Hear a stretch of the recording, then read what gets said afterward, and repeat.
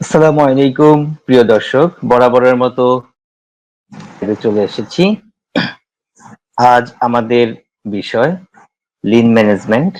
আমরা ইতিপূর্বে প্রথম পর্বে লিন ম্যানেজমেন্টের মৌলিক ধারণা সম্পর্কে আলোচনা করেছি। আজকে আমাদের দ্বিতীয় পর্ব। আজকের বিষয় উন্নতির দিকে স্থানান্তর প্রক্রিয়া ও পরিবর্তনের প্রতি মানুষের প্রতিক্রিয়া।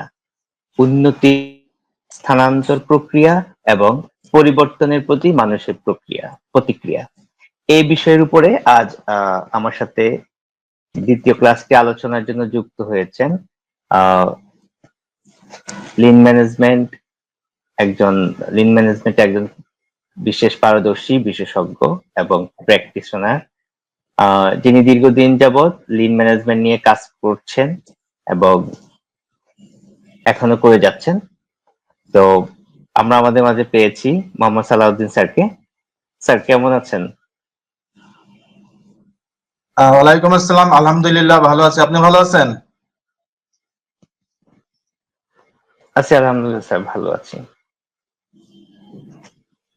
স্যার আমরা খুবই আনন্দিত, আমরা আবারও আপনাকে পেয়েছি আমাদের ধারাবাহিক আলোচনা করার আহ, প্রক্রিয়াতে। আজ আমাদের আলোচ্য বিষয় স্যার উন্নতির দিকে স্থানান্তর প্রক্রিয়া এবং পরিবর্তনের প্রতি মানুষের প্রতিক্রিয়া। এই প্রতিপাদ্য বিষয় স্যার, আজকে আপনার কাছে প্রথম আমরা আলোচনা শুনবো উন্নতির দিকে স্থানান্তর বলতে আমরা কি বুঝি এবং এই পরিবর্তন প্রতিক্রিয়ায় একটি প্রতিষ্ঠানের কোথা থেকে শুরু করা উচিত। জি, আপনার আমরা গত যে পর্বটা করেছিলাম সেই জিনিসটা আসলে আমাদের মাথায় রাখতে হবে। প্রত্যেকটা একটার সাথে আরেকটা লিঙ্ক। অতএব আগের পর্বটা যদি আমরা মাথায় রাখতে না পারি তাহলে এই বর্তমান যেটা নিয়ে আলাপ করবো সেটা আসলে আমরা বুঝতে পারবো না। এবং প্রত্যেকটা আমাদের আশা করব যে যারা আমাদেরকে শুনতেছেন দেখতেছেন তারা প্রত্যেকটা পর্বই একটার সাথে আরেকটা অনুসরণ করবেন, কারণ একটার পরবর্তীতে আরেকটা যেটা আসতেছে তার আগেরটার কন্টিনিউশন। অথবা আগেরটাকে যদি আমরা মনে রাখতে না পারি তাহলে পরবর্তী যে বিষয়গুলি নিয়ে আমরা আলাপ করব তাহলে আমরা সেই যে আমাদের যে জার্নি, আমাদের যে স্টার্টিং, সেটা আসলে অর্জন হবে না। প্রথমত আজকে হচ্ছে যে আমরা এর আগে দেখতেছিলাম যে কিভাবে আমরা লিনের জন্য নিজেকে তৈরি করব। এখন যখন আমরা তৈরি করব তাহলে এই উন্নয়নের প্রস্তুতি, এই উন্নয়নের প্রস্তুতির মানে উন্নয়নের যে প্রস্তুতি সেটার উপরেই আপনি কিন্তু নির্ভর করে আপনার উন্নয়নটা কত তাড়াতাড়ি হবে।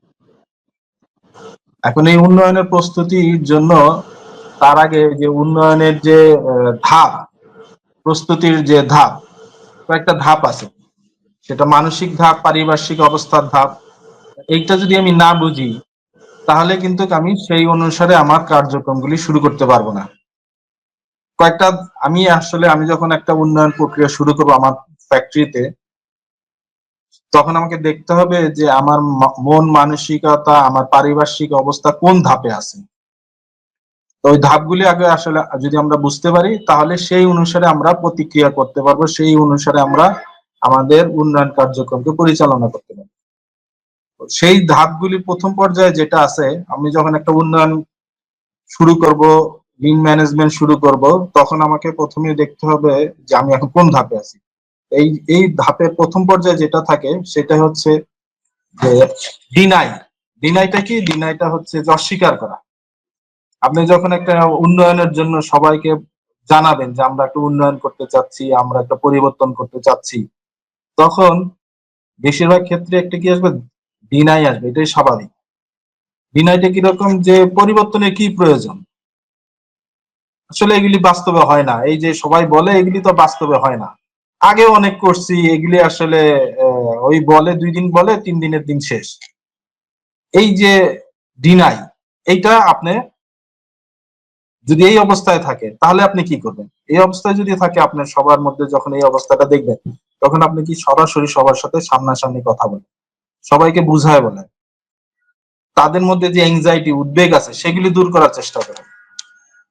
যখন এটা করতে পারবেন তখন তাদের মধ্যে বিশ্বাস তৈরি করতে হবে যে হ্যাঁ ভালো কিছু হবে, সহজ কিছু হবে, সুন্দর কিছু হবে সবার। তখন তাদের মধ্যে একটা খুশি ভাব আসবে। এই যে খুশি ভাব বা করার জন্য যে ইচ্ছা, এটা যদি না থাকে তাহলে কিন্তু আপনি উন্নয়নের যে এই ধাপে যদি থেকে যান আপনি, তাহলে পরবর্তী ধাপে যেতে পারবেন না।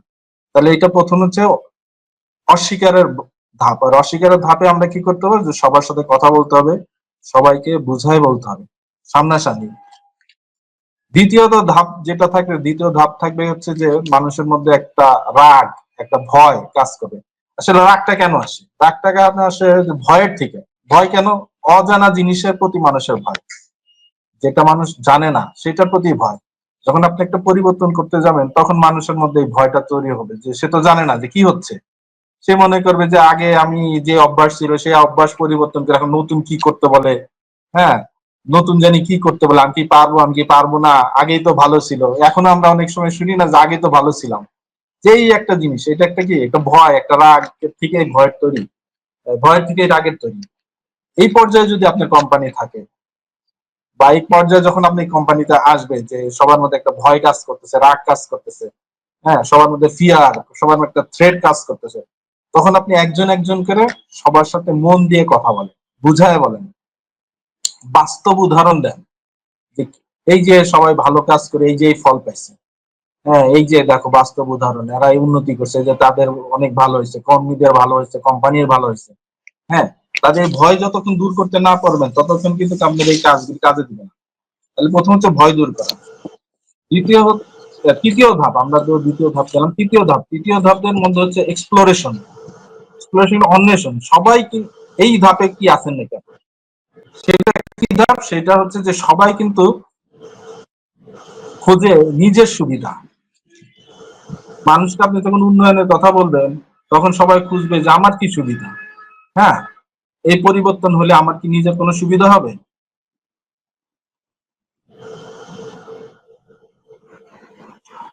তো এই যে জিনিসটা, এই জিনিসটা আপনাকে সবাইকে ভালো করে বুঝাইতে হবে যে হ্যাঁ, এই যদি আমরা পরিবর্তন করি তাহলে তোমাকে এই সুবিধাগুলি তুমি পাবা, কোম্পানির এই সুবিধাগুলি হবে, কোম্পানির এই ভালো হবে। এবং তাকে শক্তভাবে বুঝাই বলতে হবে যে আমরা এই পরিবর্তনের ধারার ভিতরে ঢুকে গেছি, এই পরিবর্তনের রাস্তায় উঠে গেছি। এখন আর এই পরিবর্তনের ধারা থেকে বের হওয়ার কোনো সুযোগ নাই। ইয়েস অর নো, তোমাকে এই ধারার ভিতরে থাকতে হবে। এটা শক্তভাবে বুঝাইতে হবে এবং তার ভালো বুঝাইতে হবে, কোম্পানির ভালো বুঝাইতে হবে। তখন মানুষ কি করবে? একটা আপোষ করবে, বা তখন মানুষ কি করবে? সে তখন তার মধ্যে একটা গিলটি ভাব আসবে যে হ্যাঁ, আমি তো আগে ভুল করতাম, আমি তো একটা সহজ কাজকে খুব জটিল ভাবে করতাম, আমি তো অনেক অপচয় করতাম, তার মধ্যে একটা গিলটি ভাব আসবে। হ্যাঁ, তখন তার মধ্যে আবার কারোর মধ্যে কোনো অনেক সময় এই ধাপে অনেক সময় কি হবে, বিষণ্ণতা আসবে যে এই ভুলগুলি আমি করতাম।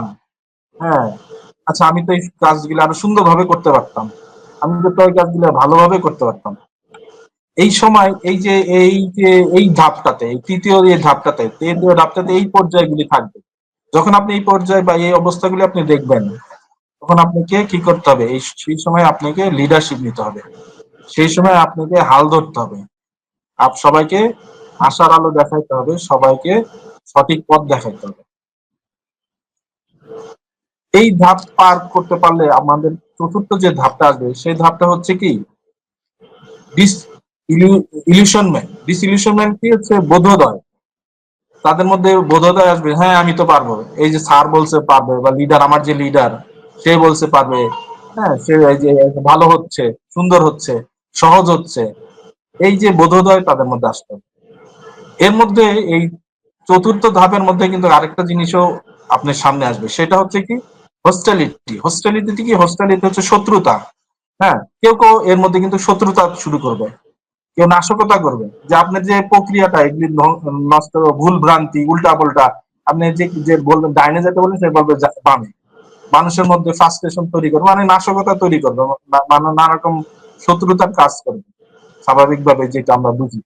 তখন এই জন্য আপনাকে প্রস্তুতি থাকতে হবে। আপনার এই প্রস্তুতি, এই যে নাশকতা, আপনি যদি আগে থেকে বুঝেন যে কেউ কেউ নাশকতা করতে পারে, কেউ কেউ শত্রুতা করতে পারে, তাহলে এই জন্য আপনার প্রস্তুত থাকতে হবে। এবং এই যারা এই ধরনের কাজ করতেছে বা যেসব কারণে এই বাধাগুলি তৈরি হচ্ছে বা এই শত্রুতা বা এই নাশকতাগুলি হচ্ছে, সেগুলিকে কিন্তু আপনি টিম থেকে বাদ দিতে হবে। যদি টিম থেকে বাদ দিতে না পারেন, তাহলে কিন্তু আপনি এই ধাপ অতিক্রম করতে পারবেন না। এরপরে যে ধাপটা আসবে, পঞ্চম ধাপ, সেটা হচ্ছে কি যে গ্র্যাজুয়ালি সবাই এই আপনার উন্নয়ন প্রক্রিয়াটাকে গ্রহণ করবে। হ্যাঁ, সবাই আস্তে আস্তে কি এই উন্নয়নের পরিবর্তনের ধারার মধ্যে সবাই আসবে। হ্যাঁ, তখন আপনাকে কি করতে হবে? সবাইকে প্রশিক্ষণ দিতে হবে। প্রশিক্ষণ দিতে হবে, তাদেরকে কাজ দিতে হবে যার যে দক্ষতা অনুসারে, এবং যে প্রশিক্ষণ এবং কাজগুলি অনুসারে আপনার যে কাজ সেই যারা অর্জন করতেছে তাদেরকে প্রশংসা করতে হবে।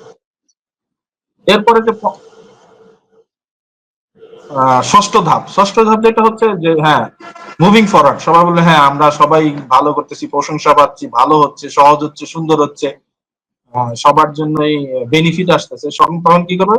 সবাই যখন সুবিধা পাচ্ছে, তখন এই উন্নয়নটা দ্রুত গতিতে করতে হবে।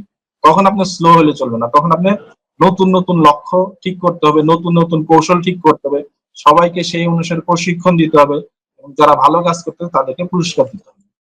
তো মোটামুটি এই যে এই ধরনের ধাপগুলি আমাকে চিহ্নিত করতে হবে।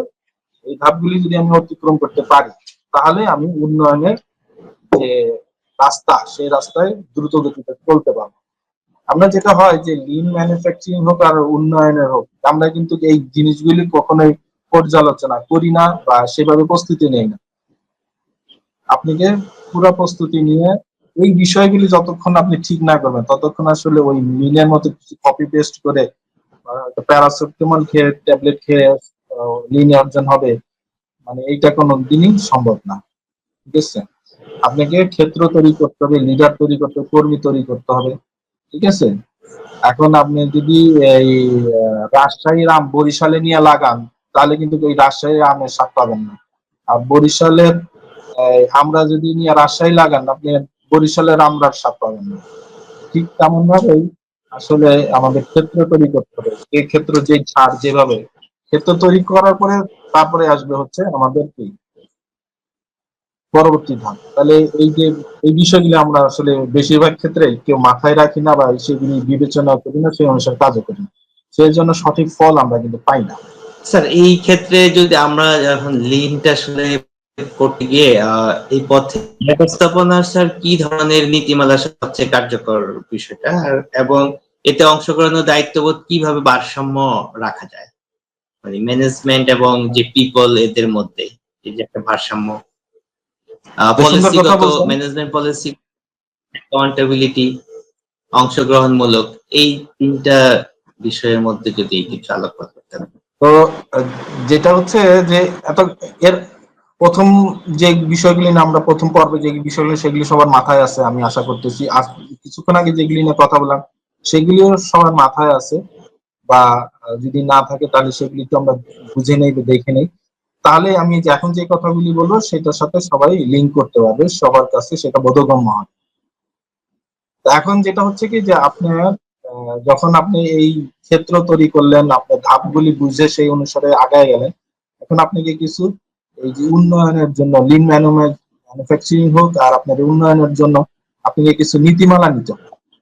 নীতিমালাগুলি নীতি কি আসলে, প্রথমে আসলে আমাদের জানা দরকার নীতি কি। যদি একটু না বলি তাহলে হয়তো একটু সমস্যা, মানে আমিও হয়তো, যারা আমার শ্রোতা আছেন, সামনে আছেন, তাদের কাছে নিজেকে ভালোভাবে বোঝানোর জন্য, যাতে আমি যেদিকে যাচ্ছি এটা ভালোভাবে তারা বুঝতে পারেন যে নীতিটা হচ্ছে কি যে আপনার কি লক্ষ্য আছে, এই লক্ষ্য অর্জন করার জন্য আপনি কিছু আদর্শ তৈরি করতে হবে। সেটাই হচ্ছে নীতি। আপনি সদা সত্যি কথা বলবেন, কারো কষ্ট দিবেন না, দেশের ক্ষতি করবেন না, চুরি করবেন না, এই যে জিনিসগুলি প্রিন্সিপাল, হ্যাঁ, আদর্শ তৈরি করা, এটাই হচ্ছে নীতি। আমরা অনেক সময় নীতি আর নিয়ম এটা কিন্তু এক না। আদর্শ, নীতি, নিয়ম এগুলি ভিন্ন ভিন্ন। আবার আইন, আমি চারটা জিনিস বললাম। একটা হচ্ছে আদর্শ, 2 নম্বর হচ্ছে নীতি, 3 নম্বর হচ্ছে নিয়ম, 4 নম্বর হচ্ছে আইন। এই প্রত্যেকটা জিনিস কিন্তু আলাদা আলাদা, এই প্রত্যেকটা জিনিস আমরা গোলায় ফেললে কিন্তু হবে না। প্রথমে আসতেছে আপনার আদর্শ, তারপর হচ্ছে নীতি। ঠিক আছে? নীতির উপর ভিত্তি করে আপনার নিয়ম তৈরি হবে, নিয়মের উপর ভিত্তি করে আপনার আইন তৈরি হবে, আপনার রুলস এন্ড রেগুলেশন তৈরি হবে। তাহলে আমরা এখন নীতিতে আসি। নীতি আবার নির্ভর করবে আপনার কোম্পানির মোটামুটি 4টা বিষয়ের উপর। সেটা হচ্ছে কি আপনার আদর্শ কি, what is your mission vision, আপনার প্রক্রিয়া কি, আপনার প্রসিডিউরস কি, ঠিক আছে, আপনার ম্যান মেশিন ম্যাটেরিয়াল কিরকম, ঠিক আছে, আপনার সর্বোপরি আপনার গোল কি, আপনার কি অর্জন করতে চাচ্ছেন, এইগুলির উপর ভিত্তি করে আপনার নীতি হতে হবে। তো নীতি ক্ষেত্রে প্রথমে আমরা যেটা নীতি হওয়া দরকার একটা উন্নয়নের জন্য, সেটা হচ্ছে নীতিটা দীর্ঘমেয়াদী নীতি হতে হবে। এটা এরকম না যে স্বল্প মেয়াদী নীতি, দীর্ঘমেয়াদী নীতি, দীর্ঘমেয়াদী লক্ষ্য। এবং দীর্ঘমেয়াদী বলতে আমি সবসময় মনে করি যে সেঞ্চুরি, 100 বছর। এখন আমাদের দেশে আসলে 100 বছরের কোম্পানি কি আছে আমার ঠিক জানা নাই। গার্মেন্টস এ যেমন ফ্যাশন ইন্ডাস্ট্রিতে 100 বছর আছে, যেমন সিনাল আছে, লুই ভিটন আছে, তারপরে হচ্ছে ভ্যালেন্টিনো আছে, ঠিক আছে, তারপরে হচ্ছে পারাডো আছে, অনেক। এই যে কোম্পানিগুলি একটা 100 বছরের কোম্পানি, প্লাস 100 বছর, হ্যাঁ, যেগুলি আমি আরো অনেক কোম্পানি আছে। তো আমাদের কোম্পানিগুলিকে আমরা চিন্তা করতে হবে যে আমার কোম্পানি যেটাকে আমি করব, উন্নয়নের ধারায় নিব, এটা 100 বছরের পরিকল্পনা। তাহলে এই 2-1 বছরের বা 2-1 মাসের জন্য যদি আপনি উন্নয়নের ধারাতে যান, তাহলে কোনো রেজাল্ট আসবে না, ঠিক আছে। মানে এমন একটা ফ্লাইওভার করলেন, হ্যাঁ, যেটাতে রিক্সা যেতে পারে, কিন্তু দেখা গেল যে পরবর্তীতে আপনার এই ফ্লাইওভার দিয়ে আহ, দিনে বা ঘন্টায় 200 বাস, তখন আপনি এই ফ্লাইওভার তো কাজে দিবে না। তো সেরকম তো নীতি আহ, স্বল্প মেয়াদী নীতি হলে চলবে না, নীতি হতে হবে দীর্ঘমেয়াদী, এবং সেটার জন্য আপনার প্রস্তুতি এবং পদক্ষেপ থাকতে হবে। তারপরে হচ্ছে কি যে আপনার নীতি, আপনার উন্নয়নের জন্য যে নীতি হবে সেটাতে এমন সিস্টেম থাকতে হবে, মানে আপনার নীতিটা হবে যে আমি সব সময় আমার যে সমস্যাগুলি সেগুলি যেন আমার এই নীতির মাধ্যমে, নীতিটা হচ্ছে এটা যে আমি সমস্যা দ্রুত আইডেন্টিফিকেশন করব। আমি এমন এমন নীতি তৈরি করবো, পদ্ধতি তৈরি করব, আমি সমস্যাগুলি দ্রুত আইডেন্টিফিকেশন করতে পারি, আমি যেন দ্রুত সমস্যাগুলি সমাধান করতে পারি। সেইটার জন্য আমার ফ্লো চার্ট, আমার প্রসিডিউরস আমার তৈরি করতে হবে। আমার নীতিটা হইতে হবে উন্নয়নের জন্য, সেটা হচ্ছে ফুল সিস্টেম। ফুল সিস্টেম নীতি যদি আমি না করি, মানে সব কাজ পুশ না। আমরা পরবর্তীতে যখন এগুলি নিয়ে আলোচনা করবো, তাহলে আমরা আরো জানতে পারবো। তো একটু মাথায় রাখা দরকার, নীতিতে আসলে সবকিছু একদম এলাবোরেটলি ব্যাখ্যা করলে নীতি শেষ হবে না। হ্যাঁ, নীতিটা হচ্ছে কি আপনার ফুল প্রোডাকশন নীতি, বা যেটা হচ্ছে যে কাজটাকে টেনে নেওয়ার মতো। হ্যাঁ, তাহলে হবে কি যে আমার সর্বস্তরে অপচয় কম হবে। আরেকটা নীতি হতে হবে কি আপনার সুষম কাজের সুষম বন্টন, ঠিক আছে, সুষম বন্টন, কারোর উপর ওভার বার্ডেন যাতে না হয়, কোথাও যাতে কাট আটকে না যায়, বটল নেক যেটা আমরা স্বাভাবিকভাবে বলি, হ্যাঁ, সেটার মধ্যে যে হাজুংকা বলে বা ওয়েস্টেজ বলে, ঠিক আছে, তাহলে কাজের কি সুষম বন্টন করতে হবে। তারপরে কি আপনার নীতি হতে হবে কি যে আমার নীতি হচ্ছে যে প্রথমবারে আমি সঠিক কাজ করবো, এমন ভাবে আমি সব সিস্টেম তৈরি করবো যে right first time, right at first time, হ্যাঁ, এবং সমস্যা যাতে দ্রুত সমাধান হয়, এমন নীতি তৈরি করতে হবে যে আমি কি রাইট অ্যাট ফার্স্ট টাইম, আমি সব জায়গায় রাইট অ্যাট ফার্স্ট টাইম নীতি তৈরি করবো। তারপরে করতে হবে যেটা হচ্ছে যে আমরা 6 নম্বরে যদি আসি, এটা হচ্ছে যে আমার কাজের মান নির্ধারণ করা, এবং এটা ক্রমাগত উন্নয়ন, যে কন্টিনিউয়াস ইমপ্রুভমেন্ট, এই নীতি আমার থাকতে হবে। প্লাস হচ্ছে যে ডেলিগেশন অফ পাওয়ার, মানে কর্মীকে, একদম নিচু পর্যায়ের কর্মীকেও ক্ষমতায়ন করা, সে যেন নিজের থেকে সেলফ সাফিসিয়েন্টলি কোয়ালিটি ওয়ার্ক করতে পারে। 7 নম্বরে হচ্ছে কি যে আমার কোনো কিছু লুকানো থাকবে না, একদম ট্রান্সপারেন্ট, ট্রান্সপারেন্ট নীতি, হিডেন নীতি না, চুরি চামা মানে লুকানো কিছু নাই, ঠিক আছে, ট্রান্সপারেন্ট নীতি হইতে হবে। হ্যাঁ, যাতে আমার প্রত্যেকটা প্রক্রিয়া সব জায়গায় যাতে ভিজুয়ালাইজ হয়, ঠিক আছে, প্রত্যেকটা পদ্ধতি যাতে ভিজুয়ালাইজ হয়, আমার নিয়ম কানুন রুলস রেগুলেশন সব ভিজুয়ালাইজ, সবাই সবকিছু দেখতে পারতেছে।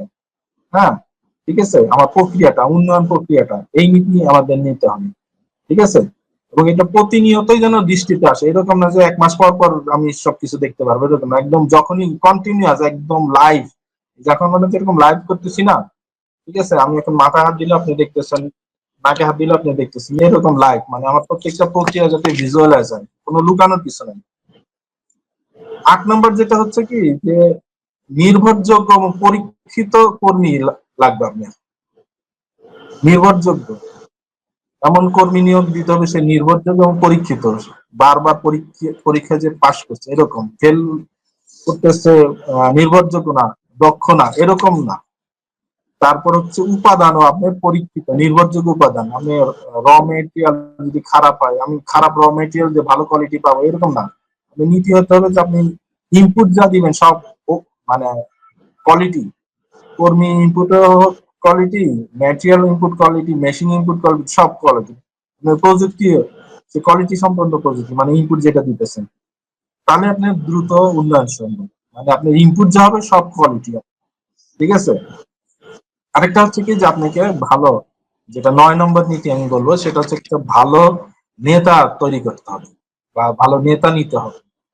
হ্যাঁ, যে দক্ষ, হ্যাঁ, যে আপনার ভিশন এবং আপনার অন্যান্য সব নীতিগুলো বুঝে আপনার ফ্যাক্টরির যে আগের যে আমি যেগুলো আলোচনা করছি সবগুলি সম্পর্কে যে ভালোভাবে অকেভাল, সেরকম একজন নেতা নিতে হবে এবং সে যেন অন্যদেরকে শিখাইতে পারে, এরকম নেতা নিতে হবে যে অন্যকে শিখায়। তাহলে একজন ভালো নেতা নেওয়া হচ্ছে আপনি নীতি থাকতে হবে। দুর্বল নেতা দিয়ে আপনি, মানে যে ড্রাইভার যদি দুর্বল হয়, আপনি যত কোটি টাকারই গাড়ি কেনেন, এই গাড়ি দিয়ে ভালো রেজাল্ট পাবেন, এটা অ্যাক্সিডেন্ট করবে, আপনি নিজে দুর্ঘটনাটা ঘটবে। তারপর একটা ভালো দল তৈরি, এই নীতি আপনার হতে হবে যে আপনার দলের মধ্যে কোনো খারাপ লোক থাকতে পারবে না, এটা কোয়ালিটিগত খারাপ হোক, এক্সপিরিয়েন্সগত খারাপ হোক, বা শিক্ষাগত প্রশিক্ষণগত দুর্বল হোক, সব দিক থেকেই এমন একটা পারফেক্ট দল আপনাকে নিতে হবে, কর্মী বাহিনী তৈরি করতে হবে, নিতে হবে, যারা আপনার ভীষণ ভীষণ লক্ষ্য, আদর্শ এবং প্রক্রিয়াটা ভালো করে বুঝে এবং সেই অনুসারে কাজ করার জন্য মোটিভেটেড এবং সেই জন্য কাজ করতেছে, এরকম নীতি আপনি নিতে হবে, যারা ভালো দল তৈরি করার মতো। এবং আপনার নীতি থাকতে হবে যে আপনার যারা অংশীদার আছে, আপনার যারা সাপ্লায়ার আছে, আপনার টোটাল নেটওয়ার্কের মধ্যে, সাপ্লাই চেইনের মধ্যে, নেটওয়ার্কের মধ্যে যারা আছে, সবাইকে আপনি আপনার লক্ষ্য আদর্শ ভালো করে বুঝাবেন, তারা যেন আপনার লক্ষ্য আদর্শের সাথে অ্যালাইন হয়ে কাজ করে। দরকার হলে তাদেরকে নিজে উন্নয়ন করাবেন, তাদেরকে প্রশিক্ষণ দিবেন, তাদেরকে ফ্যাসিলিটেট করবেন, কারণ আপনার কোম্পানির বাইরে আপনার সাপ্লাই চেইনে প্রচুর লোক, মানে স্টেক হোল্ডার আছে, তারা যদি ঠিক মতো না হয়, আপনার উন্নয়ন কোনোদিনই সম্ভব না, আপনার লিন ম্যানেজমেন্ট কোনোদিন ইমপ্লিমেন্টেশন সম্ভব না। অতএব আমরা যখন এগুলি করি তখন কিন্তু আমরা এইসব চিন্তা করি না, সেই জন্য আমাদের কোম্পানিগুলিতে লিন ম্যানেজমেন্ট ব্যর্থ হয় বারে বারে। এবং আপনি যেটা হচ্ছে যে 12 নম্বর যে নীতির কথা বলবো, যেটা হচ্ছে asks to do go to see, আমরা কি করি, করতে বলি আর নাকে সরষের তেল দিয়ে ঘুমাই থাকি যারা লিডার আছে। হ্যাঁ, কিন্তু না, আপনাকে যে লিডার সে হচ্ছে করতে বলবে, বারবার যায় দেখবে, সাথে যায় করবে, লাগিয়েই থাকে। আক্স টু ডু এবং গো টু সি, এইরকম নীতি থাকতে হবে। 13 নম্বর নীতি যেটা হচ্ছে যে আপনার বিভিন্ন সমস্যা সমাধানের ক্ষেত্রে বিভিন্ন বিকল্প আসবে, এই বিকল্পগুলি আপনি ভালোভাবে বিবেচনা করার পদ্ধতি, নীতি আপনার রাখতে হবে এবং এই নীতিতে সবার অ্যালাইনমেন্ট, আপনি ম্যানেজমেন্ট বাই অবজেক্টিভ, বা এই যে যেটা হচ্ছে যে সবাইকে অ্যালাইন করতে হবে ঐক্যমতের একটা ভিত্তিতে। হ্যাঁ, আপনি ফ্যাক্টরির মধ্যে সবাইকে, এই যে আপনি যে যে সিদ্ধান্তগুলি নিতেছেন সেটার সাথে সবাই যেন ঐক্যমত হয়, এর মধ্যে কেউ যদি ভিন্ন মতামত থাকে তাহলে কিন্তু আপনার এই লক্ষ্য অর্জন হবে না, উন্নয়ন হবে না, আপনার লিন ম্যানেজমেন্ট হবে না। তাহলে আপনি যখন ঐক্যমতের ভিত্তিতে একটা বিকল্প বা সিদ্ধান্ত নিবেন, সেটা যেন দ্রুত ইমপ্লিমেন্টেশন হয়। আপনি সিদ্ধান্ত নেওয়ার আগে ভালো করে যাচাই বাছাই করার নীতি থাকতে হবে, ভালো মতো সবাইকে ঐক্যমতের মধ্যে সবার সাথে অ্যালাইন হয়ে ইমপ্লিমেন্টেশন হয় যেন দ্রুত হয়। ইমপ্লিমেন্টেশন ধীরে ধীরে হলে আপনার লিন ম্যানেজমেন্ট হবে না। প্রবলেম, আপনি যেই মেডিসিন নিয়ে কাজ শুরু করবেন দেখা যাচ্ছে প্রবলেম আরো বড় হয়ে গেছে।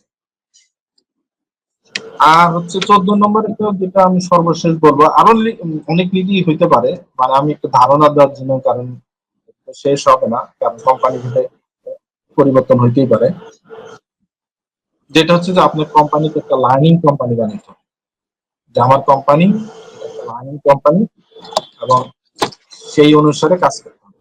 এবং হচ্ছে যে আপনার প্রত্যেকটা প্রক্রিয়া ক্রমাগত যাচাই বাছাই এবং ক্রমাগত উন্নয়ন, যেটাকে আমরা বলি যে কন্টিনিউয়াস ইমপ্রুভমেন্ট, এই নীতি আপনার থাকতে হবে। এই মোটামুটি 14টা নীতি হয়তো আমি আলাপ করলাম, এই নীতিগুলি থাকতে হবে একটা লিন ম্যানুফ্যাকচারিং Okay. করি। ধন্যবাদ স্যার। আমরা আমাদের টার্গেট অনুযায়ী ক্লাসের আমাদের 30 মিনিট আমরা সময় নির্ধারণ করেছি সবকিছু মিলিয়ে। তো আমরা যেহেতু আরো আলোচনা করব, তো বেশি লম্বা না করে ছোট ছোট না, পর্বে আজকের আমরা মতো হলো। মনে হয় যে এইটুকুই আমরা রাখি।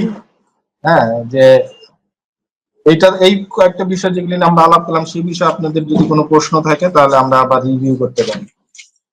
স্যার, আপনি যদি একেবারে একটা ক্লোজিং, খুব বুলেট পয়েন্টে ক্লোজিংটা একবার টোটাল বিষয়টা একটা সামারি করে দিতেন, আলোচ্য বিষয়।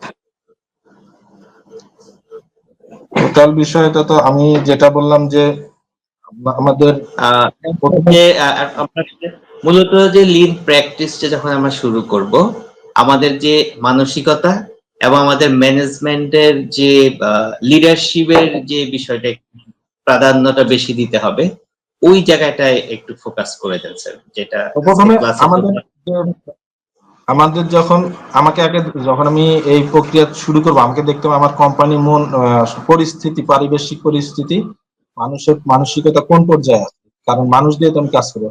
তাদের মধ্যে 6টা ধাপের কথা আমার বলা হয়েছে, যে 6টা ধাপে থাকতে পারে। 6 ধাপের মধ্যে আপনি কোন ধাপে আছেন সেটা আগে আপনি আইডেন্টিফাই করতে হবে। সেই ধাপটা আইডেন্টিফিকেশন করে আপনি যদি 3য় ধাপে থাকেন তাহলে 3য় ধাপ অনুসারে কাজ করতে হবে। আপনি যদি 1ম ধাপে থাকেন তাহলে 1ম ধাপ অনুসারে কাজ করতে হবে। 1ম ধাপ আমি যেটা বলছি যে অস্বীকার করে। 2য় ধাপ যেটা বলছিলাম যে মানুষের ভিতরে রাগ সৃষ্টি হয়। হ্যাঁ, 3য় ধাপ যেটা হচ্ছে যে মানুষ ধীরে ধীরে অ্যাকসেপ্ট করে। হ্যাঁ, এরকম মানে শেষমেশ যেরকম বলতেছিলাম যে মানুষ দ্রুত এটা অর্জনের জন্য কাজ করে। আপনি কোন ধাপে আছেন সেই ধাপটা আইডেন্টিফিকেশন করে সেই ধাপ অনুসারে কাজ করতে হবে। নীতিমালার ক্ষেত্রে যেটা বলা হয়েছে, বললাম যে যে আমাদের লক্ষ্য, নীতি, নিয়ম, আইন এগুলি ভিন্ন ভিন্ন। প্লাস হচ্ছে যে নীতিটা আইডেন্টিফিকেশন করতে হবে কি আপনার কোম্পানির দর্শন, প্রক্রিয়া, মানুষ, অংশীদার, এবং আপনার যে চান, আপনার লক্ষ্য কি, সেটার উপর ভিত্তি করে আপনার নীতি পরিবর্তনশীল, এবং সেইগুলির উপর ভিত্তি করে নীতিকে আপনার কোম্পানির লক্ষ্যের সাথে অ্যালাইন করতে হবে। তো এখানে আমি 14টা নীতির কথা বলছি। তো মোটামুটি এই 14টা নীতি আপনারা যদি যারা আছেন তারা আবার বললে অনেক সময় লাগবে। মোটামুটি এই 14টা নীতি যদি মাথায় রাখেন, প্লাস আরো কিছু নীতি হতে পারে, তাহলে মোটামুটি আমরা এখনো আমরা কিন্তু লিনের কার্যক্রমগুলি নিয়ে আলাপ করি না, লিনের টুলস টেকনিক নিয়ে আলাপ করি না, ঠিক আছে? এটা একটা বড় একটা প্রক্রিয়া। মোটামুটি এই জিনিসগুলি আপনি এগুলি যদি ভুলে যান, এগুলি যদি না করেন, তাহলে কোনোভাবেই আপনি রেজাল্ট পাবেন। এই জিনিসগুলি আমাদের প্রথম যে এর আগের যে বিষয়গুলি নিয়ে আলাপ করছিলাম, এর আগের ক্লাস বা পর্বতে, এবং আজকে যে বিষয়গুলি নিলাম, এগুলি খুবই খুবই জরুরি, কিন্তু এগুলি আমরা কেউ কনসিডারেশনে নেই না দেখে কিন্তু আমরা আসলে এখন পর্যন্ত বাংলাদেশে আসলে লিনে তারা ভালো করছে। আমি অনেকেই 100 জন করলে পারে দেখা যায় 90 জনই এর থেকে রেজাল্ট পাচ্ছে। ওকে স্যার, আপনাকে ধন্যবাদ আপনার মূল্যবান সময় দিয়ে আমাদের সাথে যুক্ত হওয়ার জন্য। প্রিয় দর্শক, যারা দেখছেন এবং পরবর্তীতে দেখবেন, আমাদের চ্যানেলটি সাবস্ক্রাইব করে বেল বাটন চেপে আমাদের সাথেই থাকবেন, যেন আমাদের পরবর্তী ভিডিও আপলোড অথবা আমাদের লাইভ সেশন শুরু হলে আপনারা পেয়ে যেতে পারেন। আপনারা এতক্ষণ এই আলোচনা শুনছেন লিন ম্যানেজমেন্ট সম্পর্কে। তো আজ আমি বিদায় নিচ্ছি, এ পর্যন্তই। আল্লাহ হাফেজ, আসসালামু আলাইকুম। আসসালামু আলাইকুম।